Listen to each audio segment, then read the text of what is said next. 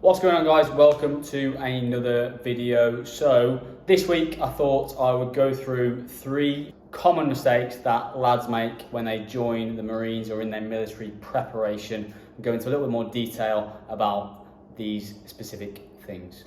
So the first one, number 1, is avoiding the elements. It sucks to run in the rain, right? To have cold wind blowing in your face.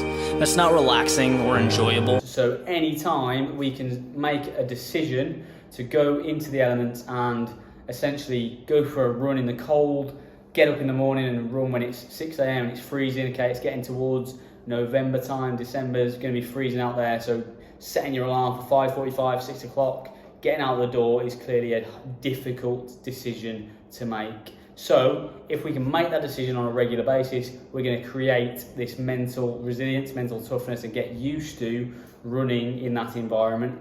If, however, on the other hand, we decide we're going to do all our treadmill running, do every single run in the gym in a nice, safe environment at a time that suits us, when we're not under any fatigue, under any mental stress, then we're not building those calluses, okay? We're not building those mental calluses. So anytime we can make that decision to go out the door, run in the rain, run in a cold environment, and push past that extra barrier, we're going to be setting ourselves up for success. So clearly, when we're going through a run of whatever sort, we're going to go through some sort of adversity. So if we're doing a hard speed session, that might be heart rates through the roof and we're having to push the pace. If we're going through a longer zone 2 effort, then that might be just the boredom of staying in that same heart rate and the discipline to maintain your pace. That is a physical barrier to get over. Adding a mental barrier to get over into this running session almost doubles your bang for your buck. Okay, so if we're on the treadmill and we're just nice and easy, nice and comfortable, then there's only that physical barrier to push when the heart rate's nice and high. If we're outside doing our interval session on a nice cold morning at the track, then we have the physical benefit of the heart rate being high and we're working at specific paces and all the rest of it. But we also have that psychological benefit of you've got up when you didn't want to, you've got out of your nice warm bed. I know you hear that. When you didn't want to do it, and you've got out and got your run done nice and early. Okay, that's number 1. We're trying to build those mental calluses, mental resilience, okay, through the process of preparing. Okay, number 2 then is not building the necessary zone 2 foundations before we go and specify into speed training or strength training or whatever we are doing. I talk about this a load on Instagram and it might get convoluted in the fitness industry at the moment. However, zone 2 training is super simple and it is super important. It cannot be overlooked, okay? Zone 2, all it is your aerobic threshold. So the way to work this out, I use the Math 180 method. So we've got 180 minus your age is going to equal your zone 2 threshold. So for me, 24 years old, that means my zone 2 threshold is 156 beats per minute. So I know when I'm doing a zone 2 effort or an aerobic effort that I need to stay underneath 156 heart rate. I actually take it a little bit lower and try and stay under 150 just to be sure. So I have a little range in my head on my watch or whatever you're using to try and stay between 140 and 150 when I'm running during that effort. I'm not going to look at pace, I'm not going to look at distance, I'm going to set a time. So I'm going to say, right, 45 minutes, I'm going to stay inside my zone 2 effort, and that is 140 to 150 for myself, and for you it might be something different, but again, do your own calculation to work that out. Importance of running easy and not deluding ourselves into believing that something faster than easy is actually easy. A lot of people forego this and think I'm just going to improve my speed by doing speed work.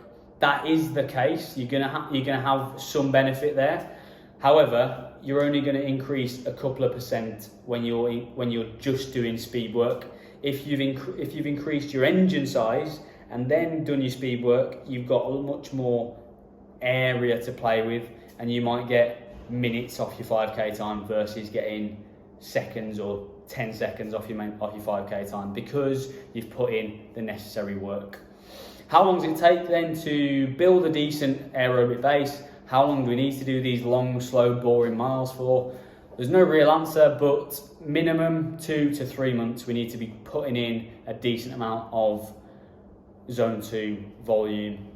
The way to split this up in terms of how many easy runs and how many speed runs, we need the total weekly volume to be 80% easy runs and 20% hard efforts.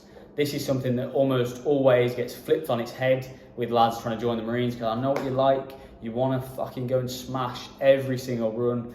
Otherwise, you don't feel like you're working hard enough. I've done it myself. When I was preparing, every run was 100% zone 5. And I was thinking I was going to die after it. And then I was thinking, that's the only way I'm going to push myself and improve. That's not quite the case with running. We need to build that efficiency, build that aerobic base before we go and specify with speed work. Okay, number 3 then, finally, thinking we're going to get away with poor technique on our movements. I'm talking specifically about the push-ups, pull-ups and sit-ups. I've seen it so many times when people are going through the CPC or even the PJFT, which is the bit before the CPC, and they haven't had their form ratified by anyone. You can see it clearly because they either haven't read into the standards or they haven't had someone watch them to make sure they're adhering to the standards. It's very simple. All you've got to do is get an impartial third party, give them the standards, watch a video, okay? There's millions of them out there of Royal Marines push-up standard, Royal Marines sit-up standard, Royal Marines pull-up standard. All you've got to do is watch that video, show it to someone, say, hold me accountable to this standard, get a coach, get an online coach, use myself if you want to. The link will be below for my online coaching. You can send me videos of your form and I can give you pointers. Super helpful for lads who are going through the process. But you need someone to help hold you accountable. You can't do it all yourself. You can video yourself if you've got no one and you don't want to get any external help. But you need some sort of ratification as to, are we doing the right form for this exercise? If you're not training with the right form, you're setting yourself up for failure. There is no two ways about it. When you get down there and you go and do your push-ups, you go and do your sit-ups and your pull-ups, if there's any discrepancy in form, not one rep will be counted, so you just be sent home. And that's all that wasted energy and wasted time down the drain, so you're gonna have to start again.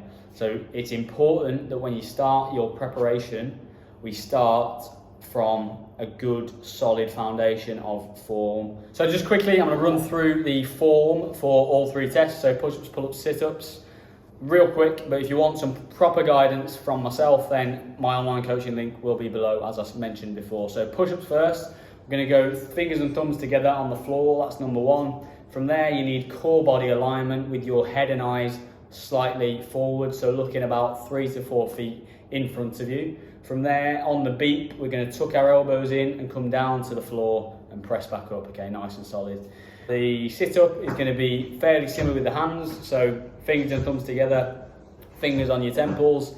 You're going to adopt the position of flat back, elbows on the floor, and your knees are going to be together in front of you, weighted down by something. In the real test, they'll be held down by an oppo or something, but get a weight bench or something to stick them underneath. You're then going to come up, your elbows are going to cover your knees at the top, and you're not going to be able to take your fingers off your temples the whole time. You're then going to come back and achieve the same position as you started, with your elbows on the mat, shoulders on your mat, and flat back. So there's the sit-up. Pull up then, again, very similar. No help from the lower body. We're going to jump up, over grasp, pull up, so palms facing away from you. You're going to drive your chest all the way to the bar, and then fall out of the sky for the bottom of the rep. We're not going to use any momentum, no kipping, no leg swinging, no kicking of the legs, nothing like that. Legs stay straight. With the body, the lower body is absolutely relaxed, and we're just using the upper body to heave ourselves up to the top of the pull-up.